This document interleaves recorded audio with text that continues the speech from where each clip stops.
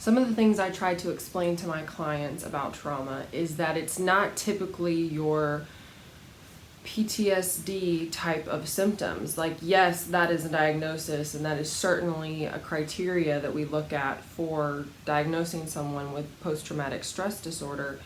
But being traumatized can present itself in many different ways as an adult later in life. For example, if you've had childhood sexual, emotional, or physical abuse, later in your life you might find that relationships are really challenging, and all of a sudden you don't have the ability to manage stressors like you maybe used to, because you developed a set of coping skills as a child to manage the aftermath of the traumatic experiences that you had. And now all of a sudden those coping skills aren't working for you anymore as an adult. So what does trauma look like? Trauma can look like things that we don't even realize. Trauma can be just overwhelming discouragement, inability to really handle the things that normal people can handle, whatever that means. Trauma looks like unresolved anxiety. If you grew up in a home life where there was a lot of yelling, throwing things, domestic violence, people didn't really care about you, somebody touched you inappropriately or exposed you to inappropriate material, things that felt really overwhelming and painful and horrifying at the time, those are all what we call both little t and big T traumas. Because the body responds to trauma similarly to the brain. When the brain goes into a trauma state, it gets flooded with stress hormones like cortisol and adrenaline. And when the body is flooded, it reacts just like the brain does when it's flooded. And so when both your body and your brain are trying to process a traumatic event, they tend to separate sometimes and experience very different but still tied together symptoms. And I know that sounds really confusing, but that's why you get times where maybe your body is really high alert and your brain is really disengaged. Or times in your life where you'll notice that your brain is overactive, but your body feels really low energy and lethargic. And these types of conflicting symptoms are really common with people that have trauma experiences in their background. So a lot of people think, oh, I've never been traumatized, I've never had anything, major happen to me. But we don't look at just the major things, we also look at the minor things, because over time those minor things can become major simply because of the repetition or the inability for the body and the brain to cope with them.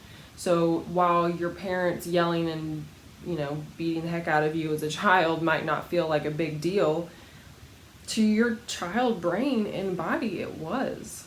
And so we have to make sure that we treat all of the types of things in your life that could contribute to the current sense of overwhelm, discouragement, inability to manage your emotions, feeling like your emotions are out of control and you can't even identify them, or even just feeling shut down all the time, or like your brain is completely somewhere else when your body is present, or maybe your body is somewhere else and your brain's present. That feeling of disconnect. Those are all very typical symptoms of trauma survivors. So when I get a new client, the first thing that I want to do is to make sure that they understand that there is no judgment for any of the experiences that they've had in their life, and that I'm really more concerned with what happened to them than I am with diagnosing them with what's wrong with them. Because trauma is such a broad range of experiences and symptoms and diagnoses, misdiagnoses, that I'm not really concerned with what's wrong with you. I'm definitely more concerned with what's happened to you in your life, and how can we look at that, heal it, process it, and help you move forward in a new identity, a full identity of who you are now after the traumas have both ended and been resolved. One of the reasons I love working with trauma survivors is because they're resilient. They have survived unspeakable things, and they have such an inner strength. They're amazing. They're truly amazing. And so all these symptoms that make them feel so much shame and underqualification for things, that's just false.